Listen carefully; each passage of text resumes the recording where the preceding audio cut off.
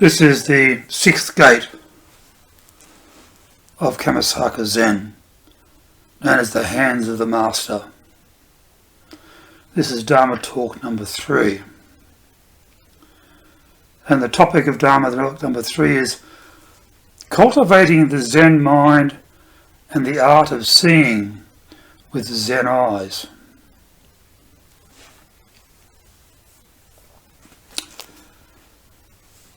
Zen is the journey into the heart of perception. It's a practice that invites one to transcend habitual thinking, allowing one to see reality as it truly is. And this is free from the constraints of preconceptions and attachments. The cultivation of the mind in Zen goes beyond intellectual thinking, beyond intellectual understanding. And it calls for us as practitioners to simply experience life with clarity and spontaneity, like we talked about in the previous Dharma talk. But do it as a practice, and it's often referred to as seeing with Zen eyes. It is these principles of Zen that enable this cultivation, and how these practices foster a profound transformation in one's relationship not only with self, but with others and the community and the world that surrounds us, society. So seeing with Zen eyes refers to perceiving the world directly, unfiltered by the mind's habitual judgments or conceptual frameworks.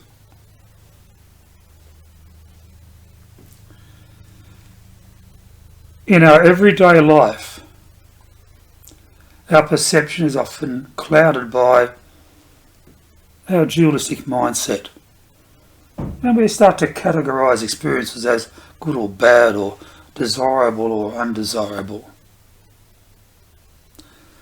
Zen challenges this duality by pointing to the unity and the interdependence of all things, encouraging us as practitioners to engage with the present moment with openness and acceptance. To see with Zen eyes. To see with Zen eyes is to see without the hindrance of the self-centered mind. This way of seeing cultivates an intimacy with life itself, a perspective where the boundary between self and other dissolves, revealing a shared existence. And then one begins to see with clarity and starts to experience each moment fully without this attachment or aversion. The mind of Zen also involves cultivating non-attachment. Non-attachment, the ability to engage deeply with life without clinging to particular outcomes. Now, this does not mean disengaging or becoming indifferent. Instead, it's a form of deep, abiding acceptance. And in our practice, we learn to let go of our attachments to a fixed self. A central concept. This is a central concept in all Buddhist teachings, in all Buddhist traditions. The self in Zen is seen as a fluid and interconnected entity rather than a permanent and independent being.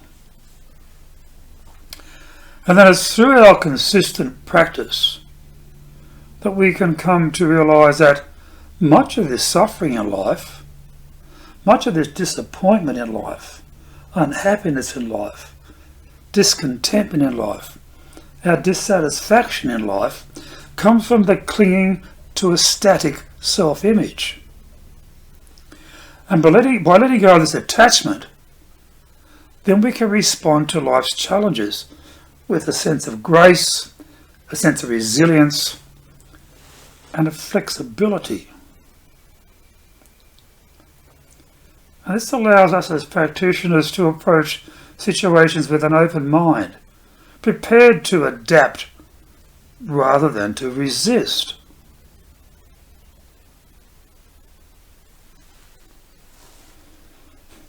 Another key principle in Zen practice is Shoshin, or beginner's mind.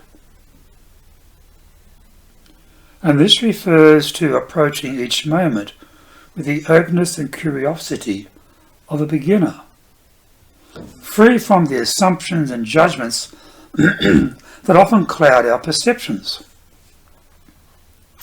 And it's in the beginner's mind that there are many possibilities. In the expert's mind, there are few. As by maintaining this open and inquisitive stance, that as practitioners we can experience each moment as new, regardless of familiarity. So,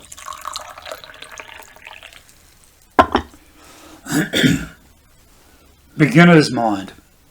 It invites us to release habitual thinking patterns, allowing us to see what is called with Zen eyes. The Buddha called it removing the dust from our eyes.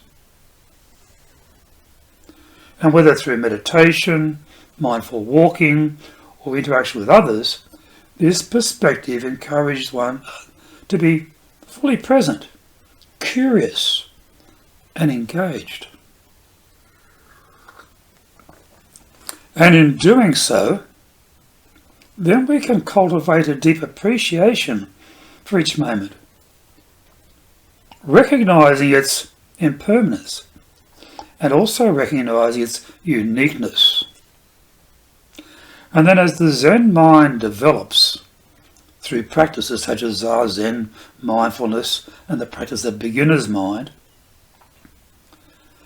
a natural expression of this insight is compassion. Compassion keeps coming up. It's one of the pillars of Buddhism. So,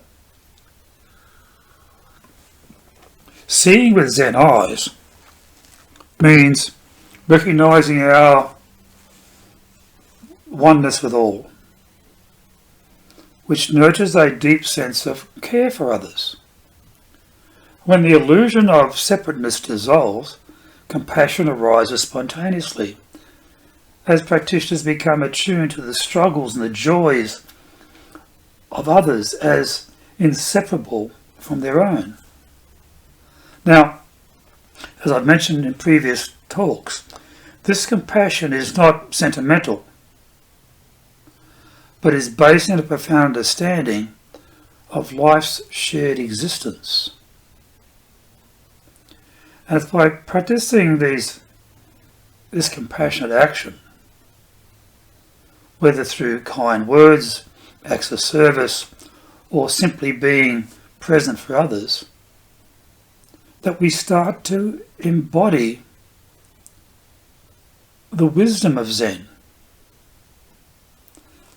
And we start to transform this insight that we gain into action.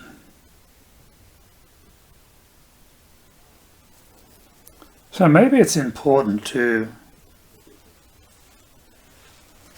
address some of the challenges and maybe some of the common misconceptions regarding Zen practice. Now, Some may assume that cultivating the Zen mind means avoiding all emotions or striving for blank mental states. No. On the contrary, Zen teaches practitioners to embrace all aspects of experience, including our emotions, including our thoughts, including our bodily sensations, and to do so with non-judgmental awareness. Because emotions are seen as natural expressions of the mind. And by observing them without clinging or aversion, it allows them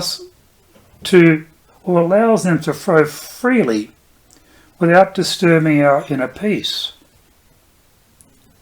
So, bringing Zen insights into daily life involves integrating the principles of mindfulness, emptiness, non-attachment, and especially compassion into our everyday actions. And then it's simple activities like preparing food, washing the dishes, or tending a garden. These can become acts of mindfulness, where each movement is imbued with intention and awareness. And it's this approach that can transform even the most mundane tasks into sacred practices, and fostering a life of presence and joy.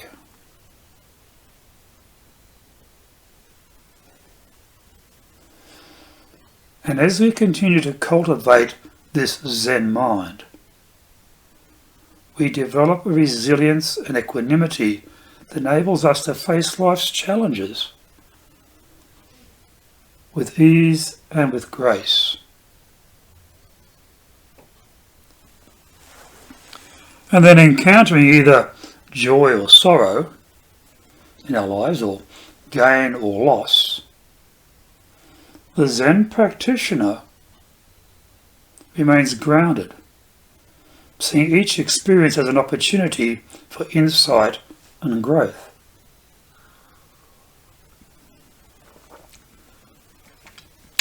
So, to recap, conclude,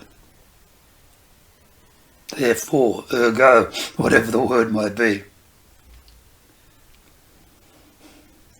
Cultivating the Zen mind and seeing with Zen eyes is a practice that leads to profound transformation, helping one to live in harmony with the ebb and the flow of life. This is what Zen is all about, living in harmony with the ebb and the flow of life. And it's by embracing the principles of Zen, mindfulness, emptiness, the beginner's mind, that we as practitioners can learn to engage with life directly, free from the attachments or resistance. And then as these practices deepen, they can reveal a compassionate heart, an open, receptive mind that sees the beauty in all things, thereby recognizing life as interconnectedness and also understanding its impermanence. And then it's through these practices that Zen offers a way of seeing and being that brings peace and understanding into the world. It can also foster a mind that is clear, compassionate, and fully present.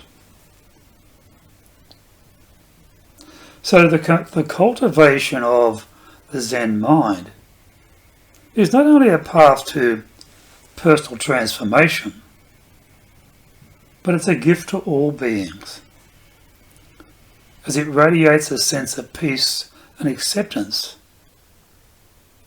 that simply touches everyone that it encounters.